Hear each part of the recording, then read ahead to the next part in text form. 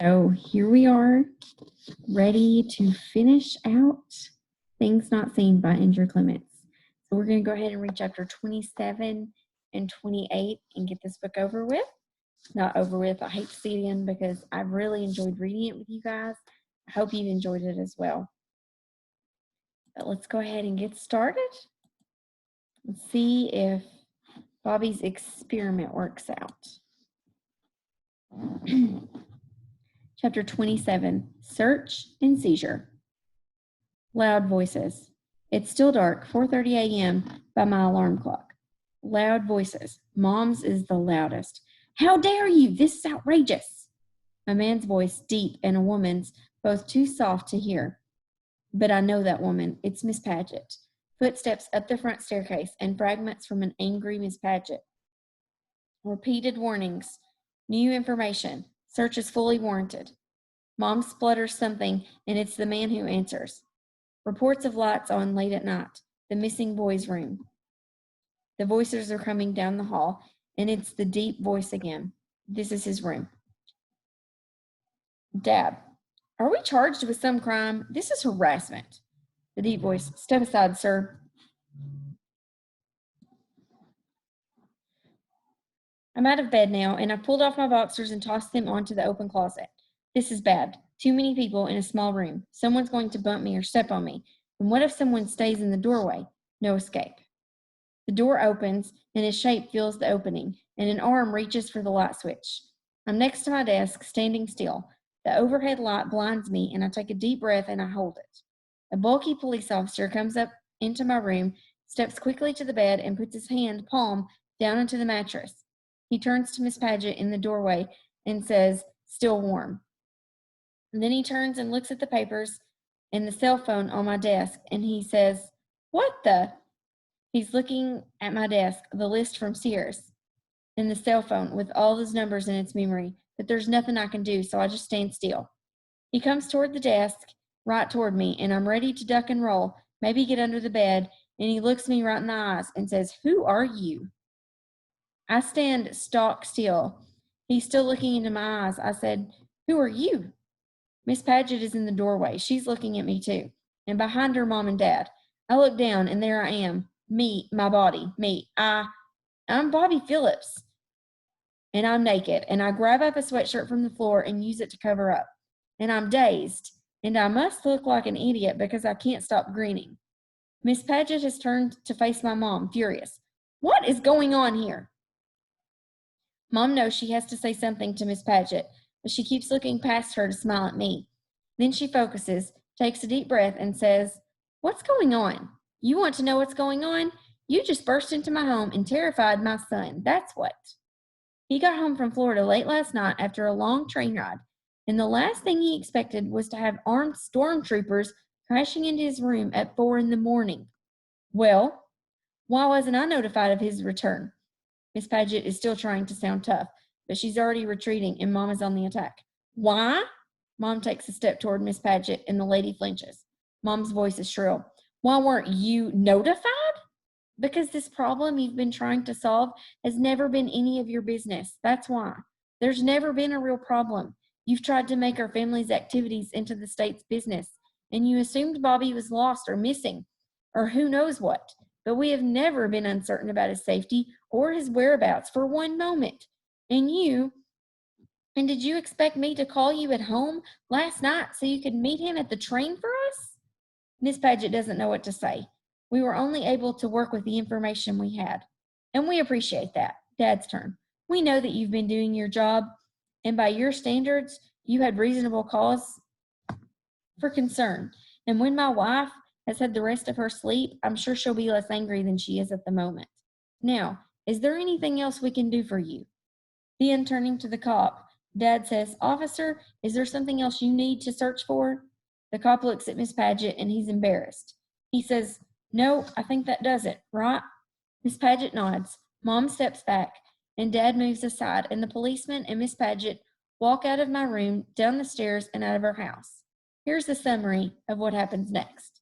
Okay, so we're going to time out right there. Bobby is visible again. So his experiment that Alicia suggested, and then turned around and was like, no, don't do it. It worked. So there he is. In the flesh, the cop could see him. His parents can see him. So exciting. Hugs, kisses, some tears, some hot chocolate, more hugs, and a lot of talk. First, I explain about the ACE and the Soho websites. Then about messaging Alicia and her double negative idea. And then how I just got the blanket, plugged it in, and got into bed. I don't tell them how my last thoughts were about Alicia. Dad almost flips out because he's never performed a big experiment without thinking about it for at least a year or two. The physicist is angry about me taking this step with such an incomplete assessment of the variables and risk factors. But the father is proud about me being so bold, and both the physicist and the father are blown away with the results. But as I talk with Dad, I can see the wheels spinning in his head, and I know that the scientist is just itching to take that blanket and try it out on something else. Maybe a little white mouse. Mom won't let go of my hand. We're downstairs on the couch in the living room, and she keeps reaching over to push my hair up off my forehead. My hair's a lot longer than it was a month ago, and she keeps tilting her head and smiling this goofy smile at me. I feel like her eyes are devouring my face. But you can only take so much of this kind of stuff, and after about half an hour, I start yawning, and Mom can see me yawn, and she can see I look tired, and she can see me smile when she says I ought to go back to bed. And Dad says, but not under that blanket, please. And we all laugh, and that sets off another round of hugs. Mom comes upstairs with me. She takes the blanket off my bed and folds it carefully and puts it on my desk chair. Then she picks the comforter up off the floor, spreads it over me, and tucks me in. And she bends down, runs a hand through my hair, and gives me a kiss on the cheek. And I'm glad. The mommy in me loves that. I can't help it because, he's been so annoyed with him. But here it is. When it comes down to it, he loves his parents, and they were there for him. Alone in the darkness before dawn, though I can't sleep, much too excited. Today will be Thursday. I could get up at 6:45, shower, eat at 7:15, catch the bus at 7:37, go to school, and have a regular day. Regular Bobby having a regular day. But I don't think that's going to happen. There's some other stuff I need to take care of. Chapter 28, Looking Again. It's about 9 a.m., and I spend at least 5 minutes in front of the mirror after my shower, which is about 10 minutes more time than I ever spent back before. For a month, there was nothing to see. It's like I have to remember how I look again.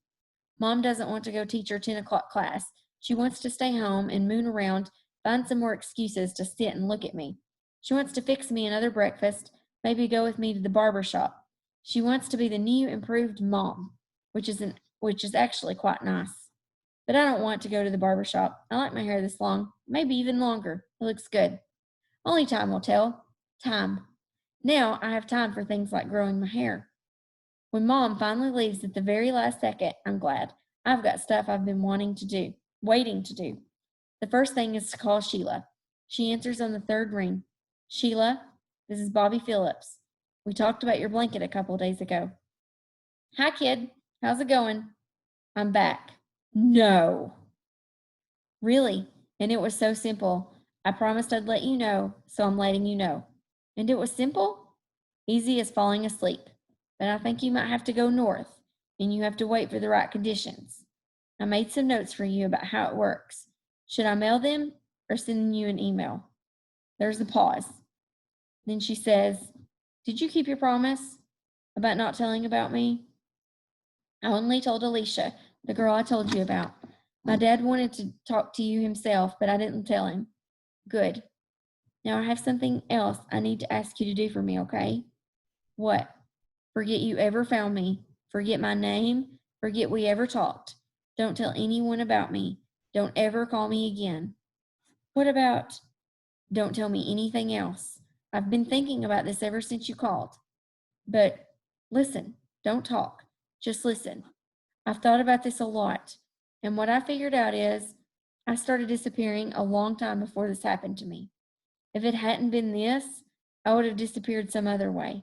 Booze or drugs, maybe. Maybe 3 more bad boyfriends. That would have done it. I was already disappearing a little bit at a time.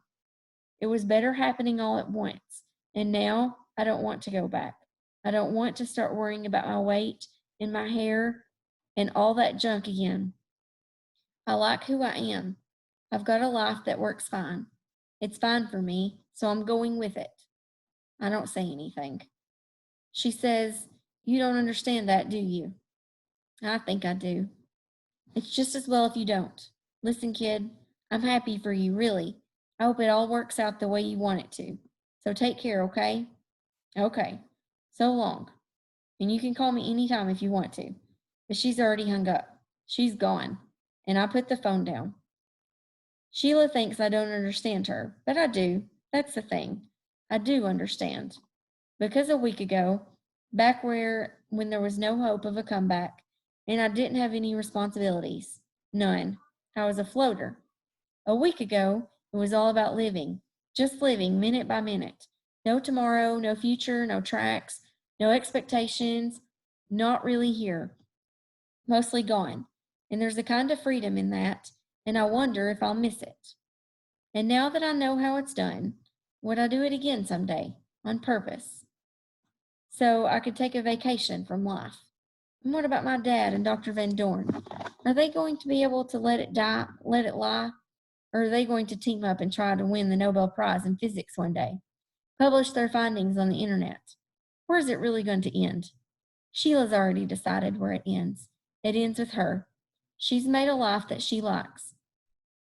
She likes the guy who spends 16 years in jail and then gets out and hates having to make all the decisions of regular life. So he steals a car or something to get himself sent back inside, back where it's warm and dry, where you already know all about the dangers, where you don't have to make any decisions. Sheila likes her prison. It won't surprise me if she moves to a new town in a week or so. She'll probably change the name of her business, cover her tracks. I'm not her rescuer, I'm a threat. Sometime I'll sit down and try to figure out why I'm not like Sheila, but not today. Too much to do. I don't take the bus to Alicia's house. It's a long way, but the sun is out. It's in the mid-50s and I'm wearing a shirt, some jeans, a jacket, Nikes, everything. It's a great day. I walk past school and I think maybe I should go in and say hi to the nurse. I could do some push-ups for her. Let her know I'm fine. Tell her I'll be back in school soon, or maybe not. Maybe I really will take the rest of the semester off. Might make me graduate late. Might even set me back a whole year. So what? Yours don't scare me much anymore. I made Mom and Dad promise not to call Alicia's parents. I wanted to tell Alicia myself, in person. And the closer I get to her house, the more nervous I feel. Because things are different now. And how do I talk to the person who just gave me back my life? Mrs. Van Dorn answers the door and looks at me, her eyebrows up. Yes, she says. I guess I thought maybe she'd be able to recognize me, like maybe some weird sort of intuition would kick in, and she'd give me this big smile and say, "Wait, you must be Bobby."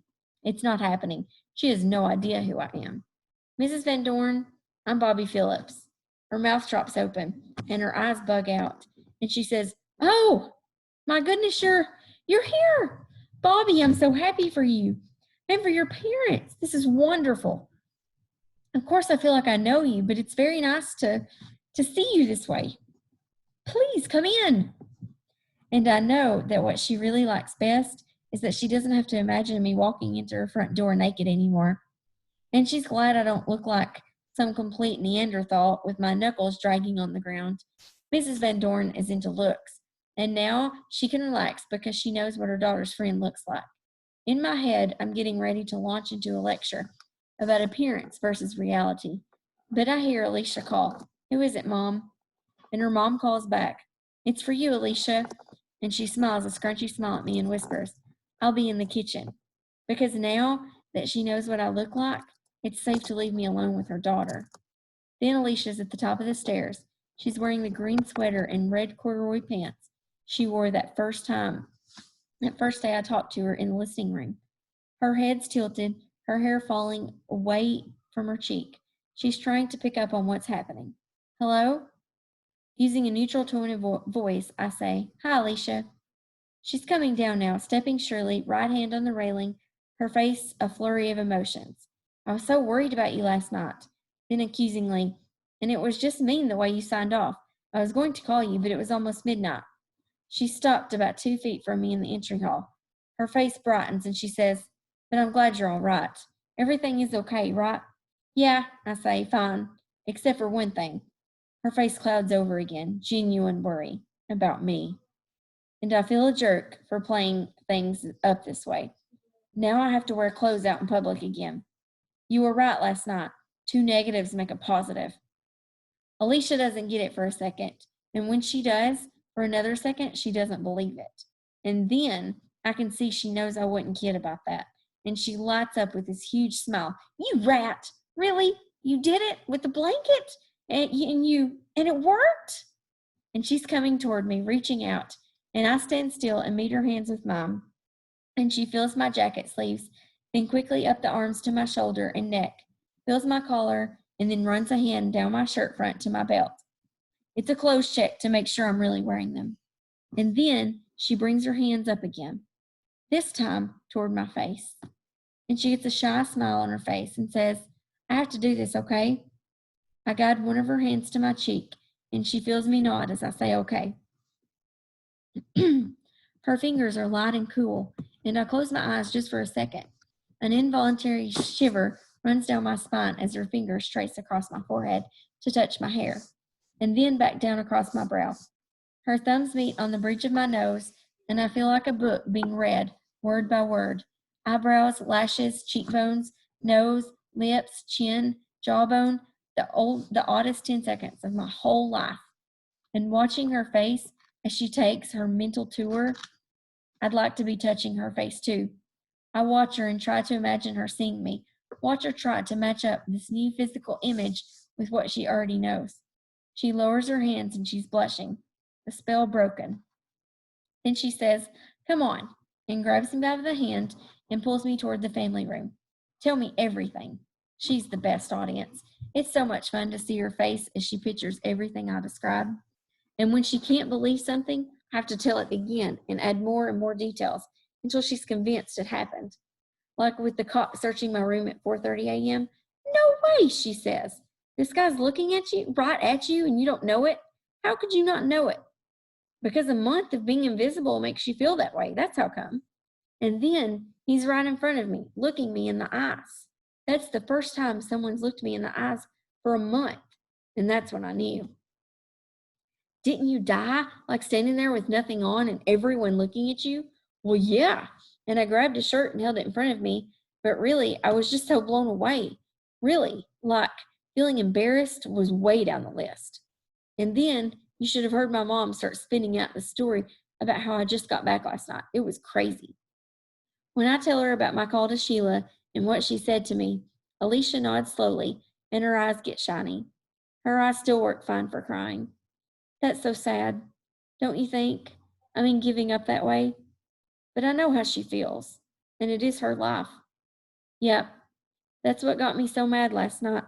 Your dad and my parents saying how they decided everything for me. They didn't have the right, just like we can't tell Sheila what to do. Alicia nods, right, but you can't help feeling like you should sometimes. The way Sheila's story makes me feel. She drops her voice to a whisper and points toward the noises her mom is making in the kitchen. It's probably the way my mom feels about me, like she has to butt in and try to help all the time. And then neither of us knows what to say. But the silence isn't strained. We're both comfortable, just sitting here on the couch, not touching, but close. I look at her left hand. It's resting on the dull red corduroy of her pants, palm up, long fingers slightly bent. And all her fingernails are chewed down to the quick. I've never noticed that before. And without thinking, I reach down and take her hand and lift it up so I can see it better, feeling the tip of her index finger with my thumb. You almost chewed this whole finger off. She turned toward me on the couch, and I'm looking into her face, and it's hard to believe eyes this pretty don't work. And I'm feeling like I want to kiss her, which is not the first time I felt this way.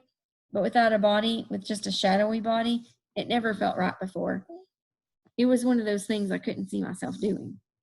I started to lean down toward her face when suddenly she pulls her hand back and turns away, tears again. I ask, what is it?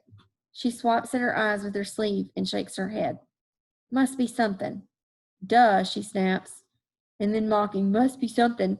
Brilliant, Bobby, brilliant. In fact, I think I'll call you Brilliant Bobby. How's that? She stands up, tosses her head, feels her way to the end of the couch, gets her bearings, and then stalks out. I hear her footsteps across the tile in the entry hall, and then she stomps up the front stairs. A distant door slams shut. Jeez. Mrs. Van Dords comes into the family room.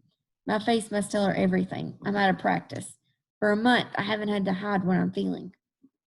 She comes over and puts her hand on my arm. Don't take it personally, Bobby. She gets mad at almost anything. Maybe give her a call this afternoon, okay? And she walks me to the front door, and she tells me again how happy she is for me and how great it is that everything's okay now. But as I start walking home, everything's not okay. All I can think about are those little fingernails chewed down to nothing. Back home, I go into the den, turn on the computer, and open up Instant Messenger. I click around to see if Alicia's online. She is. Hi, Alicia, it's me.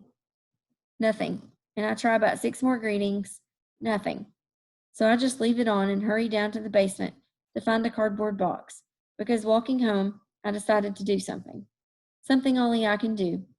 I grab a box and run up the stairs to my room, because I have to do this fast.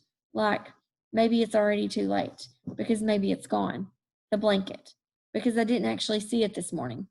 Maybe Dad took it to the lab, but he didn't.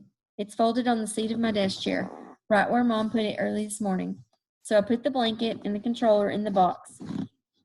I grab the sheet with Sheila's address and stuff it into the back pocket of my jeans.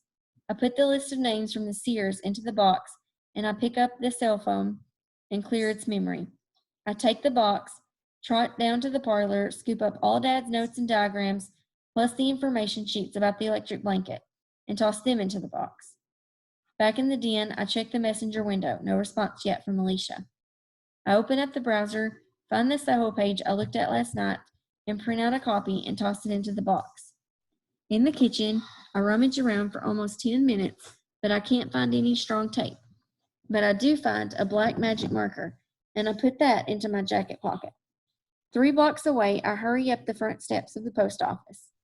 At a table, I write Sheila's name and address on the box. Then I wait in line with the box.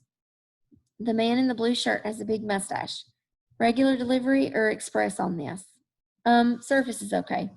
Parcel post will cost $3.10. That'll take about a week, maybe more. Or you can send it priority. Be there in 2 days. But it'll cost you $6.75. Priority, please. And can you close it up with some of that tape? Sure. As he reaches for the tape, I say, hey, can I put one more thing in there? Yep, but you'll have to get back in line. I take the box back to the table, and on the blank side of an insurance form, I write, Sheila, I wanted you to have this stuff, just in case. Bobby. I'm not telling Sheila what to do. I just want her to know that anytime the sun acts up, she has a choice.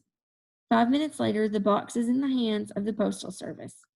When I get home, there's a message waiting for me on the computer screen. Very short. Check your email. I do, and a letter is waiting.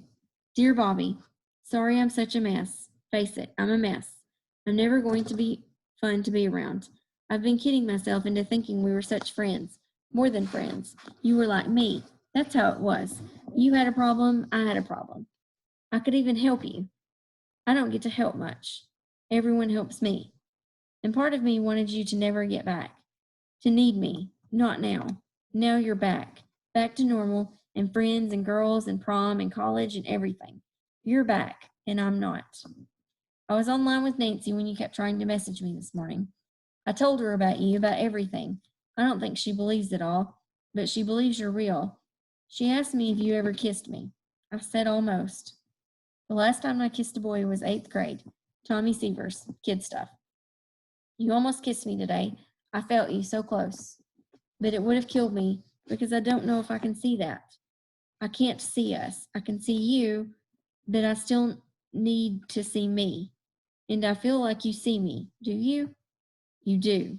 You almost kissed me, so close. With you, it's not kid stuff. I wrote a poem, not about that, about everything. Basement room. I think it's raining from my basement room, but basements made for faraway ears.